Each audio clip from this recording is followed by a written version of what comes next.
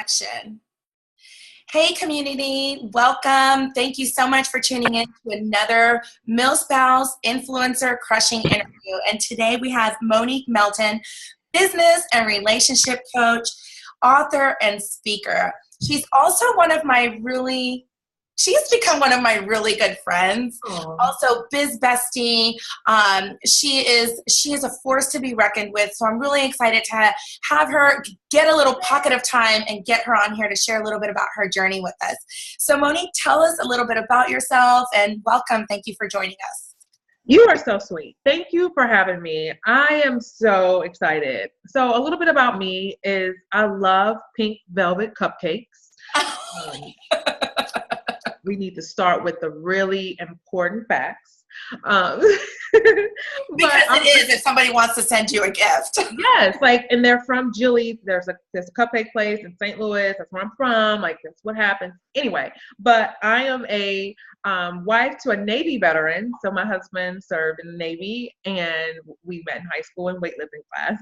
I'm a mother of two beautiful little brown babies. And I love the fact that my business allows for me to live out an extension of my purpose, which is to really support women in doing the work they feel called to do. And so I coach and help women to build very profitable and very purposeful businesses while also maintaining amazing relationships, because I think that life is about relationships. And so whatever we do, I believe that having strong and healthy relationships is only going to make things better.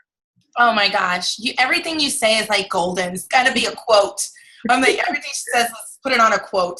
Put it on there. Put it on a shirt. Put it on a shirt. On a mug. Yes. Awesome.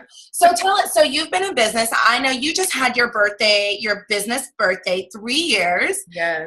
Last month. It was so fun. It was nice to see you guys celebrate it and, talk to your husband and everything. So tell me, what were you doing before the whole entrepreneur thing? Yeah, so entrepreneurship has actually been a part of my life for, oh my goodness. I started entrepreneurship when I was in college, and I became a professional makeup artist, and I did that for about 10 years before starting my current business. And for me, the change for this was when I had my first child, and I had really bad postpartum mood disorder. So for me, it manifests as depression as well as anxiety. And so I took a little bit of a break to, focus on getting healthy and all of that. And I came back into doing makeup, did some bridal shows and stuff. But then I had my daughter, and I went through it again. Mm-hmm. And so I just kind of went through the whole self-discovery and who am I and all that identity stuff, what do I want? What is God calling me? A lot of soul searching. And that's where I really just uncovered something that was already just in me. It's how much I really love bringing out the best in people. And so as a makeup artist, I did that.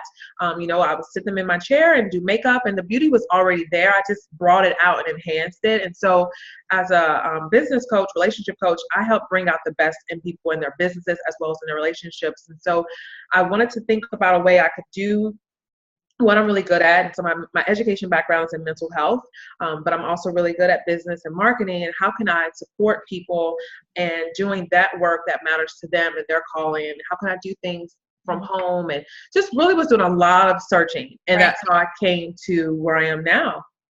So awesome. So what did your spouse think about that aha moment? You're like, so I'm going to start this business. Was he like, well, what is being an entrepreneur? I know, because for me, and my spouse is like, well, what all does that mean? And you're like, that means I never sleep. Right. It means I never stop working. Yeah. So how did that look like for you guys? Especially, that's a really big transition, because you have to learn how to navigate your time and your childcare and your self-care and hubby care and house care. So now that you're starting your business, what did your hubby say about all that? Yeah. So before we got married, I was already an entrepreneur, but this entrepreneurship endeavor versus being a makeup artist, to me, feel like almost night and day. When I was a makeup artist, I was working on the weekends. I did very little during the week. There was no Facebook. When I started, there was no Instagram to keep up with. There was no email marketing I was doing. I did a lot of grassroots. And then once I got my name out there, I got a lot of referrals. So I didn't really even have to do a lot of advertising or anything. So this business, however, I told him I wanted to do it. He's always been incredibly supportive. Yeah, he's fantastic. He's one of those people that really just lifts me up and believes in me. And so he was like, okay, like I told him the plan and what I was going to do. And he was like, all right, you can do it. And so like, not giving me permission, but like, I believe in you. You can do it that way. You know? Yeah. But it wasn't until I got into it, because at the time I was homeschooling and nursing a baby, or she was like a little over 1. And it wasn't until I got into the nitty gritty of it and realized immediately, wow, this is going to take a lot more time, a lot more energy, a lot more brain power than I had anticipated. And so that first year, whoa, because we had never really dealt with me working full time while like with like once we had kids. Like I had never really worked full time. Once we had kids, I stayed home, and I just, like I said, makeup wasn't that demanding. So I mean, I went from cooking like Martha Stewart every day to, we could take out. Like it was just it was so stressful. And I don't recommend anybody taking it that first year like that. I mean, I worked into the wee hours in the morning because I'm home with the kids during the day and all that. So that first year, yeah, it was great. Like I'm, got a lot of clients and all that stuff. But if I look back and feel how it took a blow to my relationships, that blow it took, like my relationships took for that, I'm not proud of that, I should say. Right. So like the next year I was like, nope, we're not doing that. Like I want to be more intentional about maintaining healthy relationships while I'm also growing this business. And that helped us kind of settle things into place. And then even this year, just even been more and more aware of being intentional with my time and my space and all of that. And then just noticing when I'm slipping back into bad habits of working too much, and asking my husband to help hold me accountable as well. So, but it's hard. It definitely is. It's hard is an understatement, you know? I think that also, I think as an entrepreneur, you can have all the support in the world, but because it's your business, you are wanting to consistently pour as much energy into it because you are what's making it successful. Yeah. Nobody else is telling you to wake up. Nobody else is holding you accountable.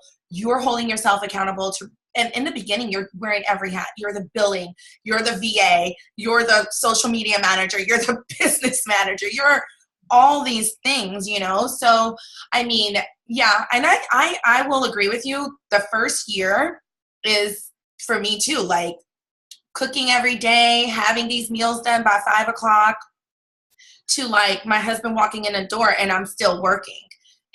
But then I look back and I'm like, but what was I working on? Because I hadn't set those boundaries in place that were realistic. I didn't have the tools that we do get by networking and talking to other entrepreneurs about block scheduling and speeds, like all these different methods we could do. Yeah. Things like that help us stay focused. So I think that's fantastic. Yeah. Talk a bit about what some of the good stuff is that you have learned in starting your business. Okay. So I'll give you a few things because I'm actually going to write a blog post of like decisions that I've made this year that have positively impacted my business and life. Yeah, so I haven't even started drafting it, so I'll read this and maybe just write the notes from this into the blog. But I'll just give you a few highlights, like maybe three things that I've learned about doing this work. One that comes to mind is that you never know whose prayer you are an answer to. And so it's really important. It's really important that we stay out of our head and stop stalling or, tearing ourselves down and giving up on things that matter to us, because the impact that those things are having, that trickle effect that it's having out there, we might not always see it. We might not see it right away, but that impact does exist. And so that's one thing that I have realized with this. And so when I get the emails from people or the video messages, or I see people in person and they're crying and they're just so thankful for an opportunity to have someone just will sit there and just be present and care. That reminds me to keep doing this and stay like really grounded in the reason why I'm doing it, because all the debris that comes when you're trying to navigate this can be so blinding. Yeah. And you have to, like, you know, take those windshield wipers and clear all that out and stay focused on where you're going and remember that. So that's one thing for sure. But I also would say that investing in relationships, and by investing in relationships, I mean a couple of things. One, really caring about people. Like, I think that when it comes to business and then personal, sometimes we think that, oh, okay, well, this is business, so I can treat this person this way and not necessarily care about them to a certain extent. And if they don't benefit me in any way, that person doesn't matter. Right. Whereas personal, it's like, oh, I can be more caring and all that. And then sometimes it all mixes in between. I think everybody matters. And I think everyone deserves dignity, respect, and love. Now, I don't mean that everywhere you go, you're supposed to just be sitting down talking with everybody for 30 minutes and all that. I just mean that genuinely having a respect for people and wanting what's best for people is a really great perspective and disposition to have when it comes to navigating business and life, because it helps you to stop taking things very personal when people aren't interested in your offer, and you understand that it's more so about them and their capacity and what they can take on. But it also helps you give people a little more grace when maybe they disappoint you or maybe things don't turn out the way you want it. Like, just genuinely caring about people and having an interest in them, but also spending money with them. People need emotional support, encouragement. They need kind words, but they need your pocketbook as well. So I think that it's also important that when you see small businesses and friends trying to do things and you want people to support you, I hope that you are going above and beyond and supporting other people. Buy the book that somebody just launched. Go buy the coffee mug. Go to the event. And we've got to get out of our mind, well, I don't need that, or that's not going to help me, or that's not good. Like, we got to get out of the me. It's that me. Yeah, like, what's in it for me? What's in it for me? What's in it for me? Sometimes what's in it for you is the gratification of supporting someone else in pursuing their dream. Like, sometimes that should be enough. Yeah. So investing in people with your, encouragement and just really, supporting them emotionally and checking on people. Like, you can go through my texts. You'll see so many text messages from so many different people, just me just saying, how can I be in praying for you today? How's your heart today? How are you doing? Like, nothing else. Not because I want to sell you something, but because I want you to know that your heart matters to me. And if we've somehow interacted with each other and we have exchanged numbers, I'm gonna try my best to be a part of your life in some way. Right. So the third thing I would say that's come from doing this work and being an entrepreneur is the impact and the legacy that I'm building that my children get to be a part of. Like, I was talking to my son the other day, and I was like, buddy, what does mommy do? And he's like, oh, he's explaining it. And I said, you know what, mommy does this, and just talking to him and my daughter, like, I want them to know that you can have a dream and that you can pursue that dream and you can be committed and you can be dedicated and you can have a family. I think I agree. Women, we hear, oh, you're supposed to be at home, or you're supposed to. No, it is possible to show. I have a son and a daughter, and I want both of them to know, because I want my son to support if he marries, and gets married to a woman, to support his wife if she has that, and to know what that support looks like. And he sees his dad, and so he's got a great example. And I want my daughter to know that you can go out here and lead well and serve well and take care of your family well. Right. So I would say those three things really, like, overall kind of encompass of like just off the top of my head some of the great benefits of doing this work. And then obviously there's the tangible, making a living and all that kind of stuff. Yeah. But you can make money anywhere. I think, to me, there's always more money to be made. That's not the reason why I do this. I could, that's just not, it's right. It never has been. So tell me a little, first of all, I love those, and I can't wait to read the blog. And then hopefully by the time you have the blog, we can put the link together to go with this, because I think the rest of that's going to be fantastic. And it's going to be a really great read for people to also reflect on themselves and be kind to themselves. And kind of like, hello, what is your purpose? It's not all about the money, right? Right, right. Do you feel like, for your everyday, what are some of the things that you guys do to manage entrepreneur life? Like, what kind of systems do you have in place?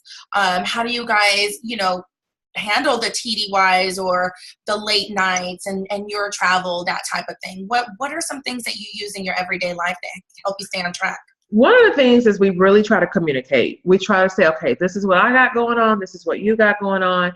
You know, we used to be very strict with the schedule. On this day, this was done. That is a little more fluid now.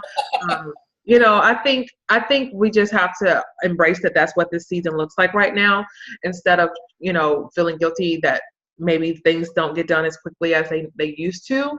And so communication is something, but also everything, like nothing is out of anybody's responsibility to a certain extent. Like my children, this house is their responsibility to keep in touch as well. Like my husband and I were share responsibilities. He doesn't help me. I don't help him. Like we're both doing this. Like, you know, I mean, he helps, but I just feel like sometimes women feel like, oh, I can't get my husband to help. Like this is his responsibility just as much as it's yours, you know? So it's like, you're not doing me a favor. You're doing your responsibility. So, so that's one thing. And, you know, I have schedules, I have systems in my business, like, scheduling and, you know, project management, all that. What are some of your favorite? I like 17 hats. And I do like 17 hats. I do like Dipsado. I love Dipsado. Yes. Acuity scheduling. I use that. You know, it's funny talking about Acuity because when I met you and had a conversation with you was at that woman's thing here. What's the name of that? It was like a women's event, and I spoke at it last year, the summit or the whatever, St. Mary's, whatever. And I was talking to you and you're like, let me check my schedule. I have Acuity. Do you have Acuity? I'm going to send you my link. And I was like, what is she talking about? Really? Like 2 years ago. And we were standing in the hallway. And I remember you're like, well, I want to talk to you. Do you have Acuity? Can you send me your link? And I was like, what the heck is Acuity? Girl, I don't even remember that. So I learned about Acuity through you. I wrote it down and I was like, wow, this is fantastic. But at the time, I really didn't have anybody. I love it though. I use it for everything. When people want to talk to me just to like chit chat, here's a link. Client, here's the link. Like podcast. At the time, I had nobody to send the link to but you. Well, but now you do. Now it's full. Yeah, now it's like on. Everybody starts with zero though. Like everybody starts. Everybody starts with. I remember when I started my business, and I'll never forget just sitting down in my office and looking at like my Instagram and being like, I'll never be able to get 100 followers. Oh, it's going to take forever to get a client. Well, actually I started my business with a client. So I literally started with a client, but like everybody starts. I remember being like, when will I ever be able to make $1,000 a month? Or, you know, like I remember like those thresholds, and then you reach it and then you're just like, yeah, I did it. And then the next thing that you do. But so home, back to that question, like home is a little more, our schedules change every week in terms of things that we have to do and things we might have going on. And so we really try to communicate and then stack things. Maybe we're getting a lot of laundry done today, or maybe, you know, I'm cooking for the week today. Like meal prepping, fantastic. But we're a team with the whole family, my son, my daughter, like we're a team. Like teamwork is really what makes the dream work. Oh, I love that. That's another, goodness. That's not my quote though. I've heard that somewhere else. Somebody else said that. I can't take credit for that. I know, I love it. Awesome. So tell me a little bit about, so you're a coach, you're an author. Tell me a little bit about, there are so many spouses that are wanting to start, you know, to be an entrepreneur, are in the middle of their journey, or are looking for ways to make it better. So share with us a couple of tips on if a spouse wanted to start a coaching business or write a book, what are like 2 or 3 tips you'd offer them? Okay, sure. The first thing I would say is get a really clear vision. Get really specific about what it is that you want to do, who you want to do it for, what difference are you trying to make in their life? Like get really clear on like what problem exists in the world that bothers you, and what would you like to see changed about it? Yeah. And then how would you go about it? And so kind of get really, really specific about the thing that you want to do. Like, oh, I just want to help people. No. Like very, very specific. How do you want to help them? Why do you want to help them? Why should you be the one that helps them? Like get really, really specific. Keep asking yourself, well, why does this matter? Why does this matter? Why does this matter? And by the time you do that enough, you'll get really to the core of the reason why you're doing what you want to do, and get really crystal clear, because the clearer you are on the vision, the more specific you can be about steps to take towards that. So versus being like, oh, I just want to live healthy life. What is that supposed to mean? You know, like how do we go about that thing? So being really specific with the vision. And then the second thing is getting really realistic with your schedule. I ask people all the time before they start working with me, how much time can you set aside to work on your business before we even get started? Because if they're like, my schedule is so full, I don't even have time to brush my teeth, it's probably not a good idea to invest in working with me, because my process is very hands-on on your part as well. And if you already are saying you don't have time in your schedule, or you don't think you can move things around, you're only going to be frustrated, and you're only going to have less money in your bank account. Right. And so that's going to make you even more frustrated. So get really specific and get really clear and realistic with how much time can I set aside to work on my business per week. Be really, really specific about that. I remember doing that when I started my business. How much time can I do that? And then the other thing is, you know, what are all the things that I'm going to need to do to run this business? Because you have the service that you offer, you know, so if you're doing coaching, there's a process to the like for me, when I first started my business, I made a step-by-step of all the things I do in the coaching experience. And I broke it up into before, during, and after. And there's like an ongoing nurturing cycle that I keep. So I stay in touch with my clients. Like, how much is that of me? And then all the things that I need to do to run my business. There are so many different things that it takes to run your business that are not directly money generating activities. Right. So getting realistic with that helps you just decide if this is the best time to do the idea that you want. Maybe you need to scale it back. Maybe coaching isn't the first thing you want to do. Maybe you want to start doing something similar, or maybe you just want to do something on a smaller scale. Give yourself room to get to. I always tell people, set yourself up for success. If you set unrealistic expectations and you set out to do things in a way that are challenging, yes, but would be almost impossible for you to do given your scenario, right, you're really just setting yourself up for frustration. Yeah. You know?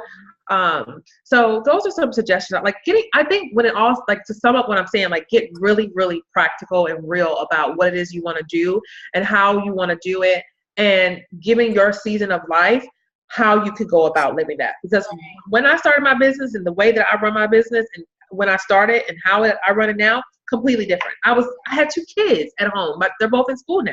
I have a team. Like it's totally different. So you have to be flexible as well, and realize that the season that you're in, if your husband travels a lot, you got small kids at home, that season won't last always.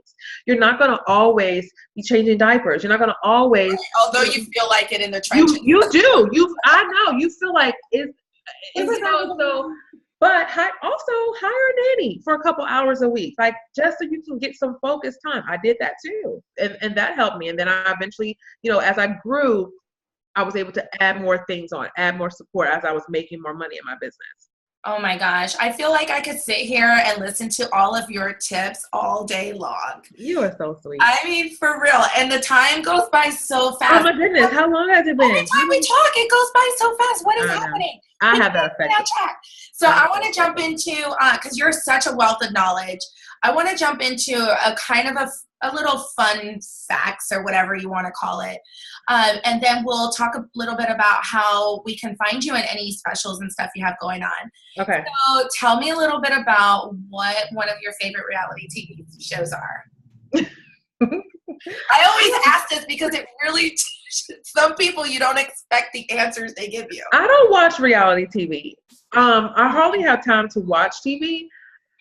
Or I should say I hardly create time to watch it. It's like the other day, it took me like 4 nights to try to watch This Is Us because I kept falling asleep and because I was so tired. But I don't watch reality TV. Oh man, I was hoping to get a good one from you. I have some people crazy. I had somebody say the Jersey Shore the other day, and I was dying because you wouldn't expect it from that person. Yeah. You know? So you're If like, I'm in a hotel and like I'm just clicking through, and it comes on, like to me, watching them, it's like, what are these people doing? Why are they embarrassing themselves like this? This is just, and then I'll be going into another level of things like that's not, but then it'll suck you you're taking in. it personal, not personal, but you're like, why? Why are y'all doing this? Why are y'all making yourselves look like this? This is not right. But they be dressed. I love looking at what they have on and their makeup and stuff because they're dressed and all to the nine. But I just feel like, really, do people really sit at lunch and just throw things at each other? Like, is that really And what then people do? like, and then they'll be wearing Gucci or something. You're like, really? You just acting like that and all that? I'm confused. Yeah, I just have a hard time. Like, I'm like, y'all need to settle down. Like, this is just, What are one of your biggest pet peeves? And I know this one could be very specific, or we could go on and on. Okay, a pet peeve of mine. Let me think of a good one. Let me see if I can think of a good one. You know what I don't like? I do not like when people, is this a pet peeve? When people don't communicate, honestly. So I'll be specific about that. If somebody hurts you, I think it's your responsibility to either work on it within yourself and decide that you're going to forgive them and you're able to move on without necessarily having to communicate it, depending on what it is.